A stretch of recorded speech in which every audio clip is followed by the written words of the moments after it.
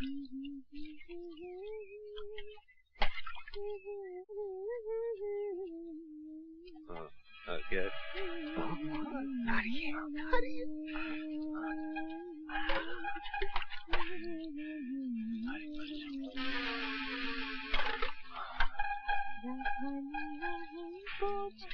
बस कर, अबे हट बे, मुझे भी तो देखने दे। चुप रहना। अबे चुप क्यों रहूं? 50 रुपए में ट्रेलर दिखा दिया, अगर पूरी फिल्म देखनी है तो और छिड़को। अबे हटना। अरे साथी का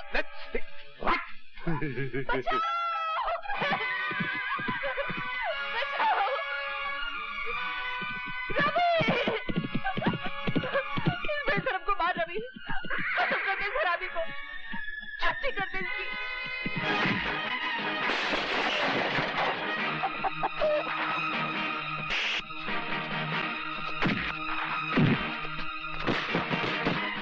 शर्म नहीं आती तुम्हें? पिताजी होते हुए ऐसा करते हो?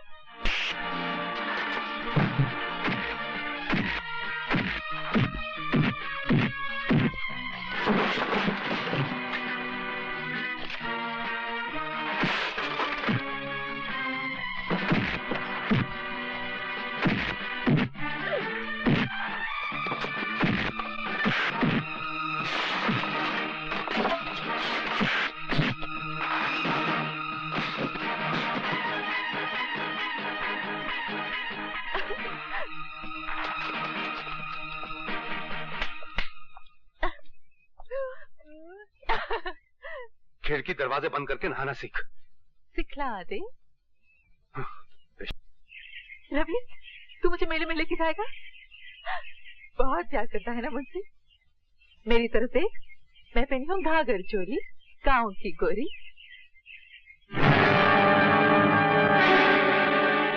तुम? हाँ मैं। अरे मैं तुझे मेले में ले जाऊंगा, और उससे पहले मैं तेरी जवानी का मेला देखूंगा।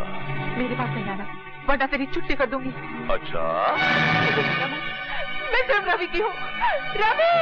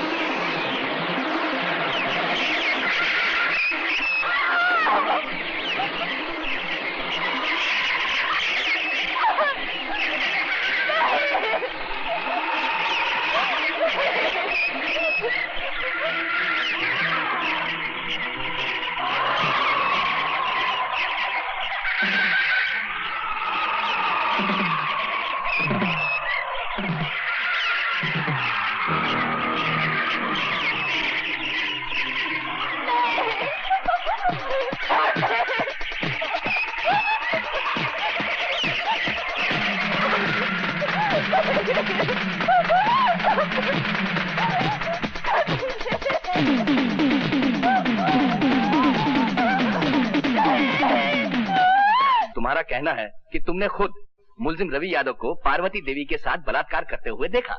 जी सरकार, वो बेचारी गिड़गड़ाती रही, हाथ जोड़ती रही, लेकिन ये मुलजिम उसकी एक नहीं सुना। अरे सरकार, हमसे तो ये जुल्म देखा नहीं गया, हमने अपनी आंख बंद कर ली, और जब आंख खोल के देखा तो ये अपना काम खत्म करके जा चुका था। नहीं जसर, ये सरासर झूठ बोल रहा है।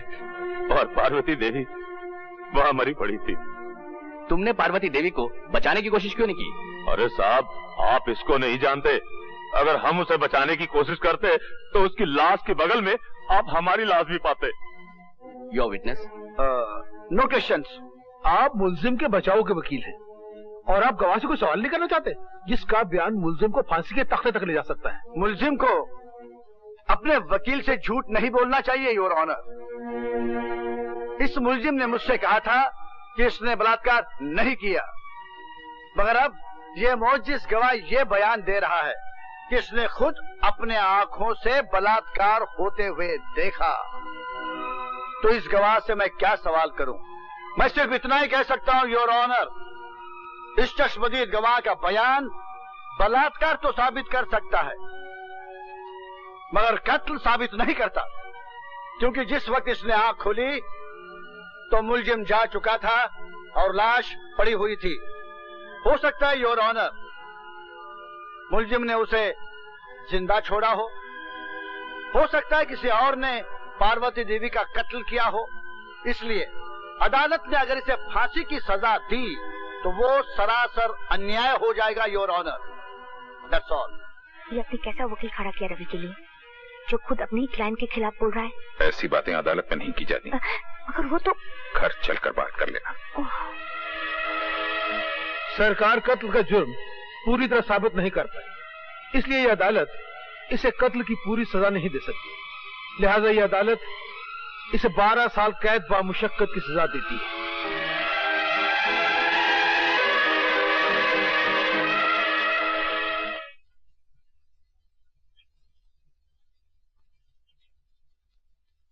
मालकिन,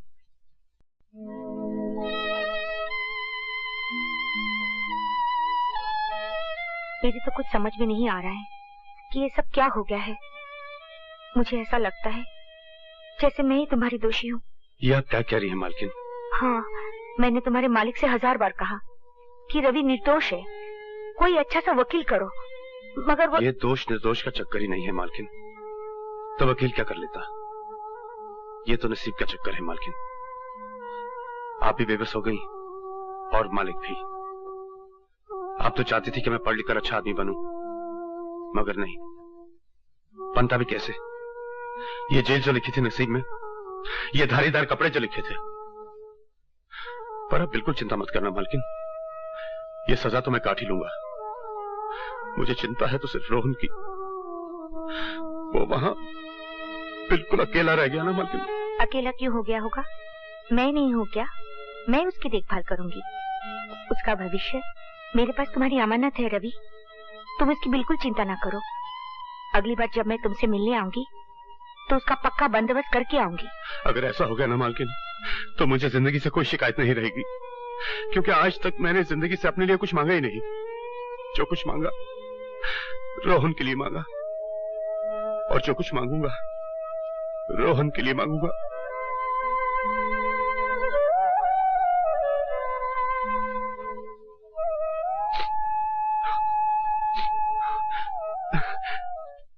नमस्ते। नमस्ते। आओ बेटा रोहन। क्या देख रहे थे? ये घर तुम्हारा है। भैया कहाँ है? भैया अभी आते होंगे। चलो। अच्छा मालकिन, मैं चलता हूँ। 3 बजे की गाड़ी से मुझे जगदीशपुर जाना है। नमस्ते। नमस्ते। चलो। आखिर मानी नहीं तुम यशोदा, ले यहीं से। अब ये हमारा बेटा है। व्हाट इज योर नेम बेटा? My name is Vasu Gujral. And what is your mother's name? Her name is Yashoda. Yashoda Gujral. हाँ। अब अपने डैडी का नाम बताओ और उनके चरण छुओ। मेरे डैडी का नाम सूर्यकांत गुजराल है। पाँव छूने की बिल्कुल जरूरत नहीं। यशोदा, तुम शौक से इसकी माँ बन सकती हो, मगर मैं इसका बाप नहीं बनूंगा। मैं किसी मुजरिम कातिल के भाई को गोद नहीं ले सकता। That is final. अब ये तुम्हारी माँ भी है और बाप भी, 2 in 1। तुम इन्हें माता श्री कहो, माता जी कहो, अम्मा कहो, मम्मी कहो, कुछ भी कहो। मुझे तुम डैडी नहीं कहोगे। क्या नहीं कहोगे? डैडी। हाँ, डैडी। डरो मत बेटा। क्या मैं उन्हें डैडी नहीं कह सकता? अरे ये तो उनका दुर्भाग्य हुआ ना कि तुम जैसा बेटा उन्हें डैडी नहीं कहेगा। तो फिर मैं क्या कहूँ? तुम उनका नाम जानते हो, सूर्यकांत गुजराल, तो तुम उन्हें मिस्टर गुजराल कहा करो। तुम समझ ही नहीं सकती रेणुका कि मेरी जिंदगी में वासु की क्या जगह है। धूप का टुकड़ा भी वही और छाव का टुकड़ा भी। उसके आने के बाद मेरा अकेलापन हमेशा के लिए खत्म हो चुका है। मैं तुम्हें यह भी नहीं समझा सकती कि अपने बाल गोपाल को मैं कितना चाहती हूँ। बस ये समझ लो कि मैं ही उसकी देवकी हूँ और मैं ही यशोदा। मैं इस बाल गोपाल के लिए तुम्हारा जितना भी शुक्रिया अदा करूँ कम है। बहुत बहुत प्यार के साथ तुम्हारी यशोदा।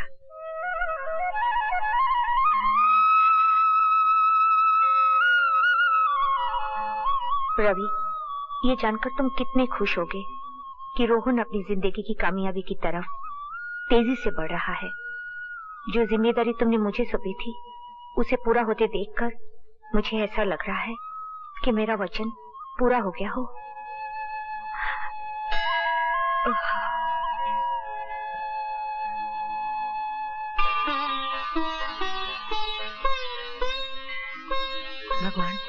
आज वासु का रिजल्ट निकलने वाला है, उसको कामयाबी दो।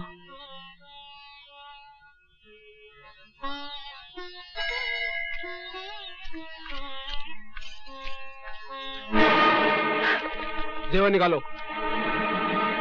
अगर मेरे वासु को पता चल गया ना। वासु क्या कुरुक्षेत्र, अर्जुन को गीता का उपदेश देने।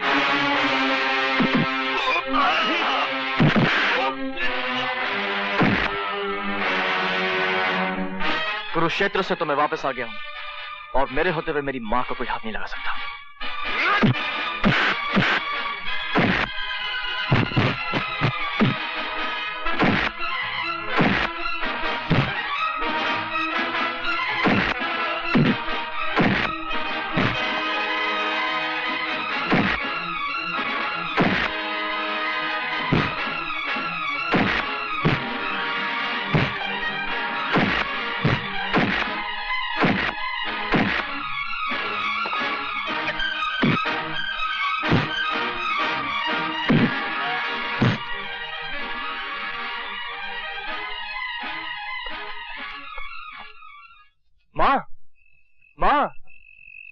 क्या शरारत की है जो मेरे पांव छू रहा है? माँ, मैंने इम्तिहान पास कर लिया है। अब मैं भी वकील बन गया हूँ। मैं बहुत खुश हूँ। आज तूने मेरे ख्वाबों को सच्चा कर दिखाया। सुना तुमने?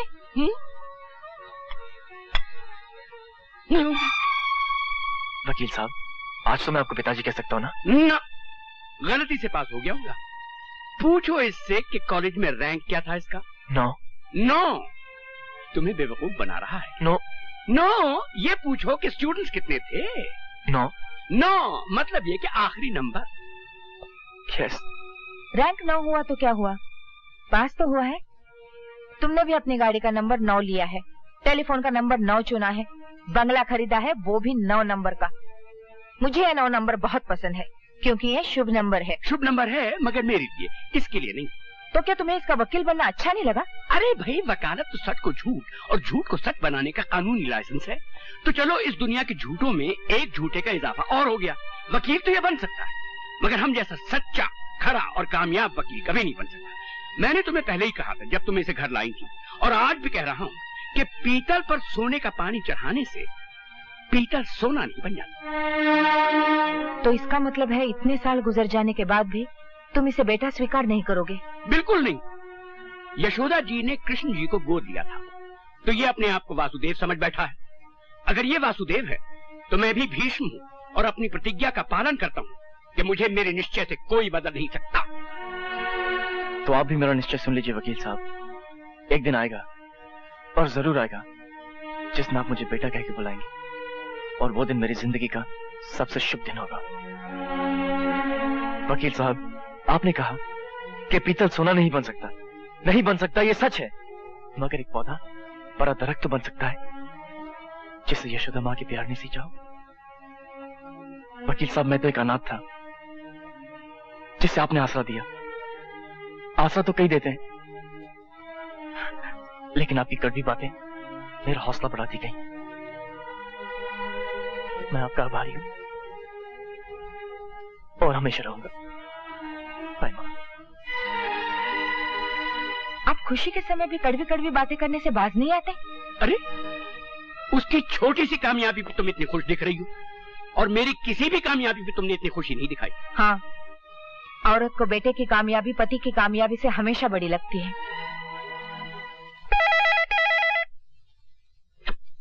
हेलो वासु, क्या कर रहे हो यार? कुछ नहीं यार, मिस्टर गुजराल को मेरा पास होना अच्छा नहीं लगा। अगर माँ नहीं होती ना तो ये घर कब का छोड़ चुका होता। अरे भूल जाओ मिस्टर गुजराल को, जल्दी से तैयार हो जाओ, पार्टी में जाना है। किसकी पार्टी? अपने अशोक की। बहुत सी खूबसूरत लड़कियां आएंगी, फ्लर्ट करेंगे। हैं? अच्छा ठीक है, मैं आता हूँ। अच्छा हो तूने फोन किया यार, मैं बहुत बोर हो रहा था। Okay bye. बाय। वहाँ तो बहुत ही मजा आया। हेलो, बहुत देर कर दी। माय गॉड वासु, ये लड़की तो ब्यूटी की पूरी स्पेलिंग है। ये है मेरी dance teacher Judy. How are you? Fine. आइए। Nice party. Quite good. Ashok की पार्टी हमेशा ऐसी होती है। इनसे मिलिए, ये पायल है। हाय, ये है जूडी मार्टिन, मेरी फ्रेंड और डांस टीचर। वासुदेव गुजराल, पता नहीं तुम्हें मुझसे मिलकर खुशी हुई है नहीं, मगर मुझे तुमसे मिलकर बहुत खुशी हुई है। वो क्यों? क्योंकि तुम इस दुनिया की दूसरी सबसे ज्यादा खूबसूरत लड़की हो। Thanks for the compliment. मगर पहली सबसे ज्यादा खूबसूरत लड़की कौन है? मेरी माँ। चलो। तुमने तो कमाल कर दिया पायल। भाई साहब जरा संभल के चलिए। अरे मैं तो देखकर ही चल। ये क्या बदतमीजी है यार।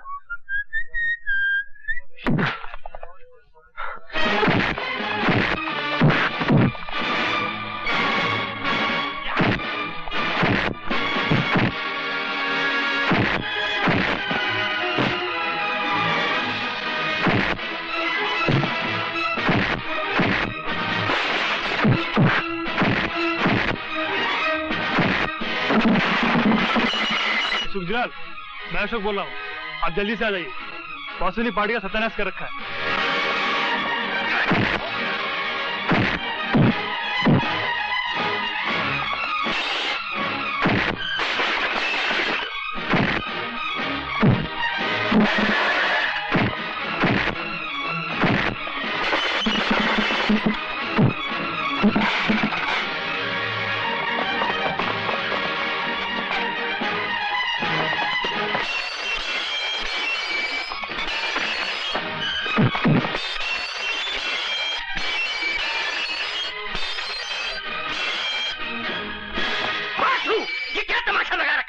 मिस्टर गुजराल, मैंने तो कुछ नहीं किया है।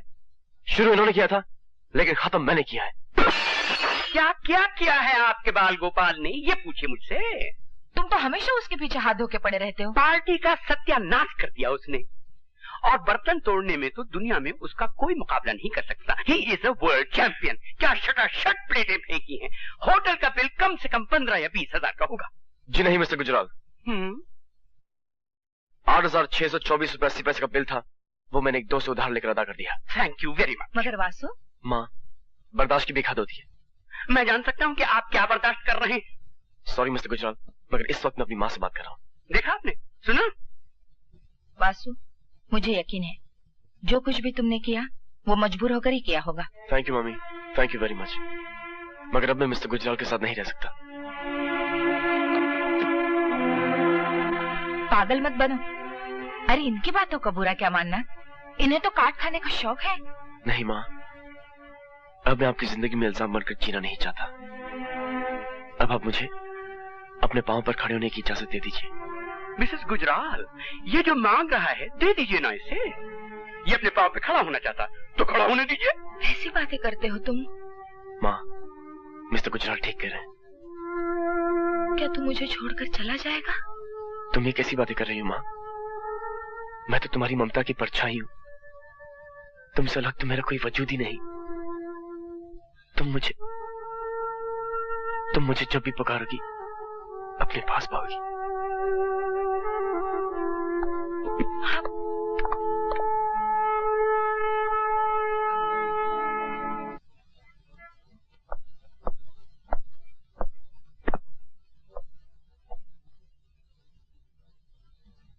मैं समझ गया। क्या समझे? यही कि उस काले कोट की हर जेब खाली है। But don't you worry my boy, असल चीज है जेब, यू नो, पॉकेट। पॉकेट है तो भरेगा भी। मैं किसी की जेब में नहीं रहना चाहता प्रशांत। कभी कोटा की तमाशा देख। इट्स डिस्गस्टिंग यार। 4 महीनों के अभी तक केस नहीं मिला। लगता है आज लंच नहीं खाया। मेरी जेब में हाथ डालो और 20-20 के 2 नोट हैं, उसमें से एक उठा लो और जाकर छोले भटूरे खाओ। फिर बात करेंगे। छोड़ यार, महीनों से तेरी जेब में हाथ डाल के जी रहा हूँ। माय डियर वासुदेव गुजराल, भगवान या दर्जी तो जेब बनाता ही इसलिए है कि दोस्त उसमें हाथ डाल सके, हैं?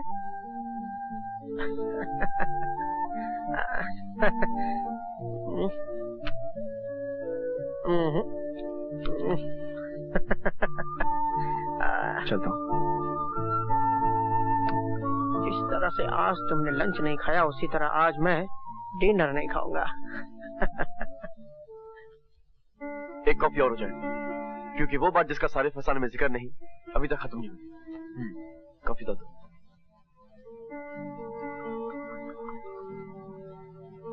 Thank you. बस तुमने मेरी कहानी तो पूरी सुन ली है। अब मैं तुम्हें एक अदद फुटनोट सुनाता हूँ। फुटनोट यह है कि आम आदमी के खून की तरह मेरा खून भी लाल ही है, ब्लू नहीं। Don't talk rubbish. मैं तो खानदान वानदान और बैकग्राउंड के चक्कर में पड़ती ही नहीं। असल चीज तो आदमी है, द इंडिविजुअल। मैं गंगा जमुना बैकग्राउंड वाले बहुत से लिटरों को जानती हूँ। उनके ब्लू ब्लड से इतनी बदबू आती है कि तुम मिनट भर उनके पास ठहर नहीं सकते। यानी आई हैव अ चांस? यानी you have more than a chance. You are a fighter यार। और मैं अभी अपनी स्टेटमेंट पर एक किस लगाने को भी तैयार हूँ। किस को तो अभी टाली जाओ, क्योंकि मुझे अभी एक किस से ज्यादा एक केस की जरूरत है। केस? तुम मेरे किस पर एक केस को प्रेफरेंस दोगे? वो किस तो मेरा हो ही चुका है, राइट? मगर अभी मैंने उस किस पर अपना हक कहाँ साबित किया है?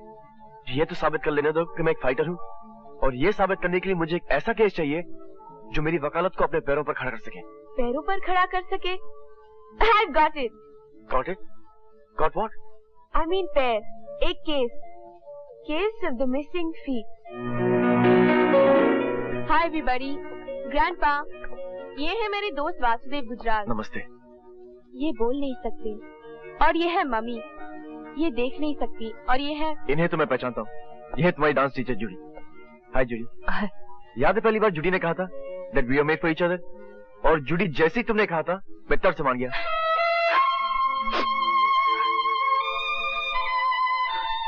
So Judy, how's life? How's your dancing life? Life? Dancing life?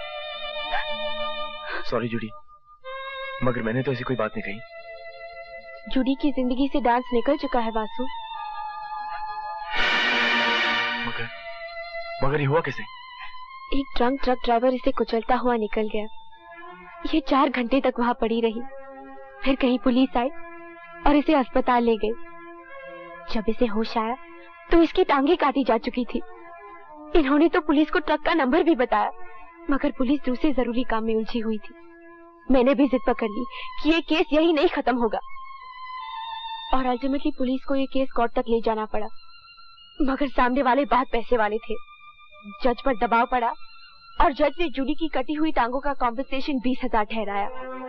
अगर ये कॉम्पेंसेशन ठीक है तो कोई बात नहीं, ठीक नहीं है तो फिर लड़ो ये केस। लड़ोगे? हाँ लड़ूंगा और जीतूंगा भी। जूडी, इस एक्सीडेंट का कोई गवाह है? हाँ वासु, हाँ। 2 गवाह है, एक वैश्या और एक उसका ग्राहक। वो बेचारी गाड़ी से उतरकर आई भी और उसका ग्राहक पुलिस लेने गया, मगर वो आया ही नहीं। उसके बाद वो बेचारी वैश्या ने पुलिस को खुद इन्फॉर्म किया। तो क्या वो गवाही देने आई थी? क्या बात करते हो वासु? जो लोग जज पर दबाव डाल सकते हैं वो भला एक सड़क छाप वैश्या को गवाही देने देंगे? नहीं नहीं, फिर जूडी के वकील को गवाही लेना नहीं आएगा। जूडी, FIR किस पुलिस स्टेशन में लिखवाई गई थी? Nagpada police station. नागपाड़ा। उस वैश्य का पता तो मैं आपको बतला दूंगा मिस्टर गुजराल, मगर मेरी मानिए तो आप इस केस में हाथ मत डालिए। क्यों? क्योंकि रत्नाबाई को आप नहीं जानते। उसकी ताकत और उसकी पहुंच को मैं अच्छी तरह जानता हूँ। रत्नाबाई जो कुछ भी हो, कानून से बड़ी तो नहीं होगी इंस्पेक्टर सामंत। पता नहीं। खैर, उनका कद नाप कर आपको बता दूंगा। फिलहाल आप मुझे उनका पता बताइए। देखो साहब, वो हरामी असली पुलिस वाला अफसर है, बीवी बच्चे वाला भी है। वो साला ट्रक ड्राइवर को पहचान लिया था। अच्छा? अपना इज्जत बचाने को भाग गया था सेठ। घरवाली को कैसे बोलता? मेरे साथ उस टाइम क्या कर रहा था? ये इज्जत भी बड़ी लफड़े वाली चीज है सेठ। उसका नाम क्या है और रहता कहाँ है? यरवड़ा जेल में ड्यूटी कर रहा है। नाम धनीराम है। 5 लाख खर्चता इसने। Vasudev Gujral, please sit down. Thank you. हाँ तो कहिए मिस्टर गुजराल, मैं आपकी क्या सेवा कर सकता हूँ? एक केस के सिलसिले में आपको थोड़ा सा कष्ट देना था। मुझे? जी हाँ, क्योंकि आप चश्मदीद गवाह हैं। मैं बॉम्बे के किसी केस में चश्मदीद गवाह हूँ? That's right. चश्मदीद गवाह होने का मतलब ये कि केस क्रिमिनल है। That's right. क्या केस है? पहले आप मुझे ये बताइए कि आप चंपा नाम की किसी सड़क छाप लड़की को जानते हैं? It's none of your business, mister Gujral. That's right, mister Vinayak. मगर इन दैट केस मुझे आपको समन करना पड़ेगा, और वो मैं करना नहीं चाहता, क्योंकि कुछ ही दिनों में आप रिटायर होने वाले हैं और आपका सर्विस रिकॉर्ड बेदाग है। मिस्टर विनायक, मैं अपना होमवर्क करके आया हूँ। मुझे आपसे सिर्फ इन्फॉर्मेशन चाहिए, और वो भी ऑफ द रिकॉर्ड, वरना खामा आपकी घरेलू जिंदगी गड़बड़ जाएगी। Thank you. मिस्टर विनायक, कुछ दिनों पहले आपने ग्रांट रोड पर एक कार एक्सीडेंट देखा था। ग्रांट रोड पर? याद कीजिए, चंपा भी आपके साथ थी। गलती उस घायल होने वाली औरत की थी या उस ड्राइवर की? ड्राइवर की। Are you sure? 100%। कानून मुर्दा लफ्जों का ढेर नहीं, योर ऑनर। कानून आंखों पे पट्टी बांधे, हाथ में तराजू लिए खड़ी कोई मूर्ति भी नहीं है।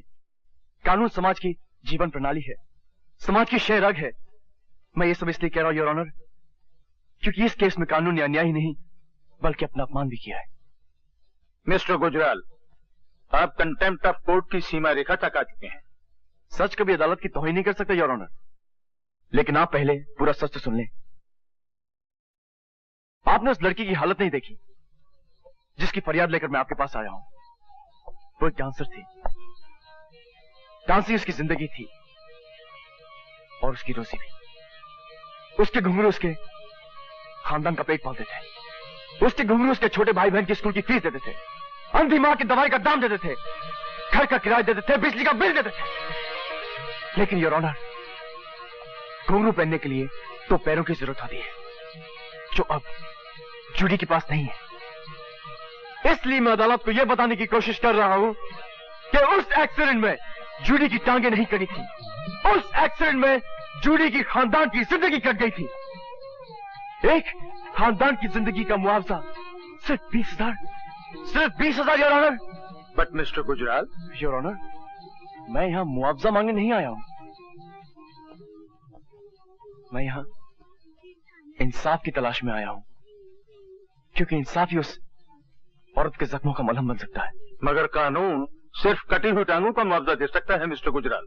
मैं मानता हूं योर ऑनर, मगर पहले उस पैर की कीमत तय करनी पड़ेगी। एक डांसर की पैर की कीमत क्या हो सकती है, योर ऑनर? एक डांसर की पैर की कीमत तो कोई बिरजू महाराज ही तय कर सकते हैं। मैं समझता हूं mister Gujral, I understand. No your honour, you still don't understand. अब तक इस अदालत ने मिस जूडी को देखा ही नहीं, इसलिए मैं दरख्वास्त करूंगा कि यह अदालत एक कमीशन बनकर मिस जूडी के घर चले और देखे कि उस घर में मिस जूडी के कटे हुए पैरों का क्या मतलब है, और उन कटे हुए पैरों का मतलब समझ लेने के बाद यह अदालत मिस जूडी के लिए कोई मुनासिब मुआवजा तय करे। That's all your honour.